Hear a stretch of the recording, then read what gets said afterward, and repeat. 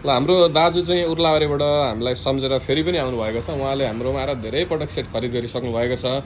अहिले चाहिँ उहाँले मोटोरोलाको मोटो G64 भन्ने फोन चाहिँ 12 GB RAM 256 GB internal memory 6000 mAh battery भएको फोन लिँदै हुनुहुन्छ। उहाँसँग म केही कुरा सोध्न चाहन्छु। हजुरलाई कस्तो लाग्यो त यो फोन हजुर?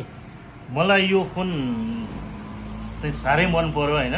मन परेर नै यसको लुक्स जुन एउटा मोडल छ होइन, यसको भित्री कामहरू त चलाउँदै जाँदाखेरि थाहा हुने हो होइन, केही समस्या हुने कुरा त पछि थाहा हुने हो। तर अहिले मलाई यसको लुक चाहिँ साह्रै मन परेर चाहिँ मैले जस उहाँका चाहिँ म आइ नै राख्छु, आएर पनि लगिराखेको छु, फेरि पनि आएर चाहिँ यो सेट मैले लगिरहेको छु होइन। उर्लाबारीबाट हामीलाई सम्झेर आउनुभयो, फेरि फेरि पनि हामीलाई सेवा गर्ने मौका दिनु होला। भने उर्लाबारीमा पनि धेरै पसलहरू छन् होइन।